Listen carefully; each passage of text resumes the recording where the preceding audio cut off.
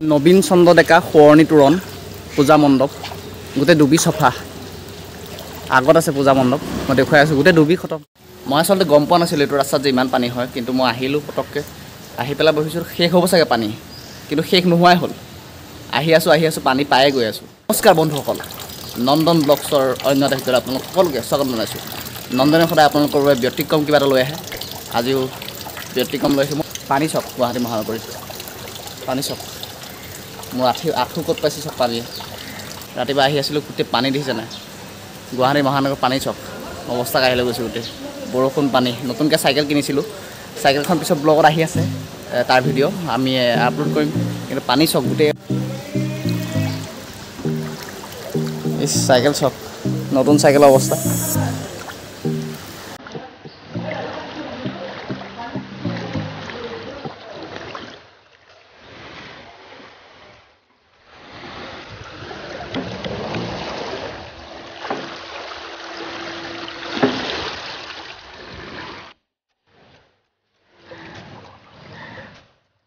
পানী চক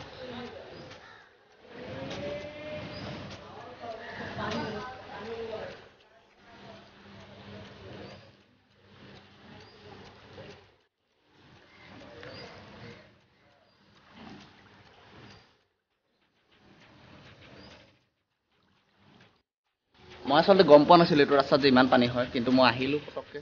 আহি পেলাই বহিছোঁ শেষ হ'ব চাগে পানী কিন্তু শেষ নোহোৱাই হ'ল আহি আছোঁ পানী পায়ে গৈ আছোঁ আৰু এটা বৰষুণত ইমান পানী হৈ যায় বাহ আৰু মই এইবাৰ প্ৰথম পাইছোঁ মানে এনেকুৱা মোৰতো লখিমপুৰত আমাৰ থাকি আমাৰ জেগাতো পানী নহয় কিন্তু ইয়াত মানে মই এইবাৰ নতুনকৈ চক মোৰ ভৰি চক ইমানলৈকে ডুবিছে আঁঠু ওপৰ হৈ গ'ল এতিয়া ওপৰলৈকে ডুবি আছে গোটেই পানী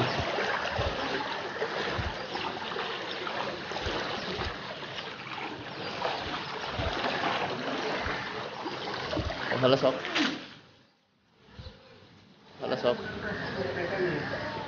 পিছফালে চক গোটেইফালে চক পানী চক আৰু মোৰতো অৱস্থা কাঢ়ি লৈ গ'ল আজি একদম চেচ অৱস্থা চেচ আৰু মোৰ চাইকেল চক নতুন চাইকেল কিনিছিলোঁ চক পানী চক কিমান দূৰলৈকে সোমাই গ'ল চকা দেখিছে না চাইকেল আৰু মদগাখন পিছফালে নলগাওঁ বুলি ভাবিছিলোঁ চাইকেলখনৰ কিন্তু লগাব লাগিব চাগে এতিয়া মোৰ চাইকেলৰ নেক্সট ভিডিঅ' আহিব বেলেগকৈ এক্সট্ৰাকৈ মই ভিডিঅ' তৈয়াৰ কৰিম চাইকেলখনৰ এক্সট্ৰা ভিডিঅ' আহিব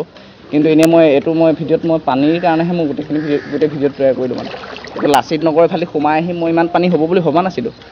যিমানটো পানী হৈছে চক ৰাস্তা খতমেই নোহোৱা হ'ল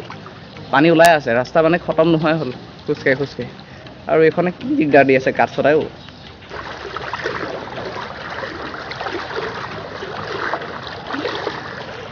পিছফালে চক কিমান দূৰ আহিলোঁ পানী খতমেই নহ'ল এয়াতকৈ ওপৰ পানী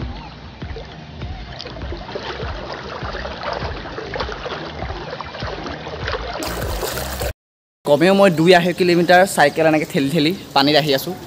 কিন্তু হ'লেও পানী খতম নোহোৱা হ'ল ৰাস্তাটো দীঘল কিন্তু পিছফালে চব গোটেই পানীয়েই অকল পানী এতিয়া ৰুম পামগৈ চাগে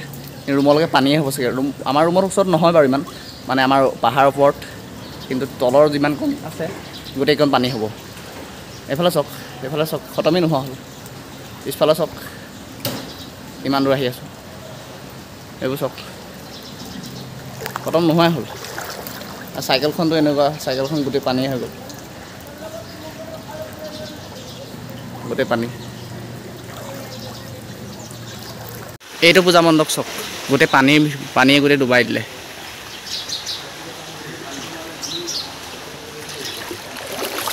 চক ভিতৰত গোটেই পানী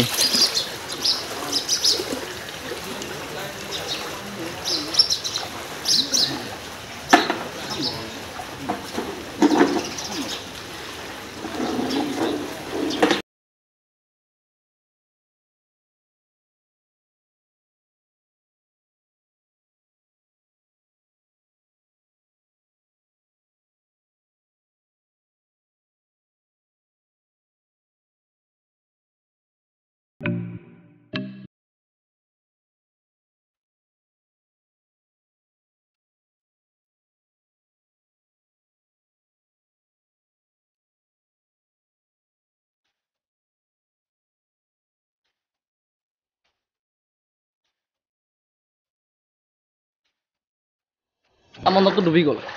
দুটা পূজা মণ্ডপ ডুবি গৈছে। সেইখন ভিডিঅ' কৰিব পৰা অৱস্থা নাই মানে এনেকুৱা পূৰা পানী একদম মোৰ এককাললৈকে পানী হৈ গৈছে। মই যেনে গাড়ীবোৰৰ গাড়ীয়ে গোটেই পানী মাৰি দিছে, যেনে পাৰ হৈ আহিছে এইখনত।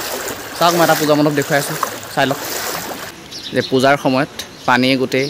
পূজা মণ্ডপ উটাই দিছে। পূজা মণ্ডপৰ ভিতৰৰ গোটেই পানী, ৰাস্তা চক আৰু পূজা মণ্ডপ গোটেই পানী। অৱশেষত 3 কিলোমিটাৰ চাইকেল ঠেলি ঠেলি অহাৰ পিছত এতিয়া